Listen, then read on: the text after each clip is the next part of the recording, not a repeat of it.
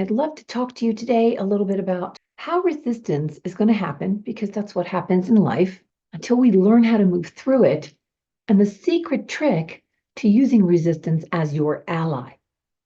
So, what happens when resistance comes to visit us, right? It's here a lot. We may not be aware of how much it really is here. Resistance generally is a giant program that has a bunch of other little programs in it. The resistance is trying to protect you on some level because it somehow realized along the way, usually when we're a child, that it has a way of halting things, stopping things, or saying no in a way that may have served you at that time.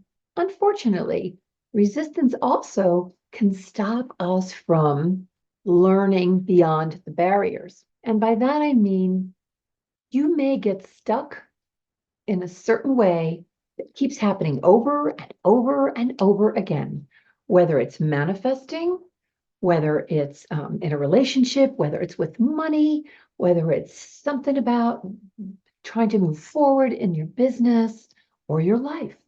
When we see this pattern pop in, we usually don't like how it feels. So we kind of shut down a little bit. Some people shut down. Some people get hyper. Some people want to escape. There's a lot of different ways that we could respond to it. But the biggest trick to using this is not trying to stop it from being here.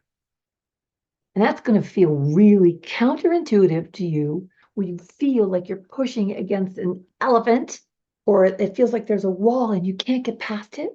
That's resistance. Boy, a lot of us get numbed out by things, and then we don't really kind of stay super conscious. We look like we're functioning, but really something's shut down inside.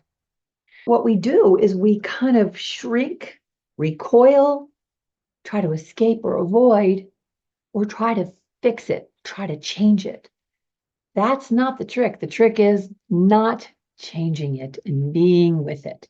That's really the trick for every single feeling, emotion, or sensation that comes through this body or is activated from whatever is going on around you.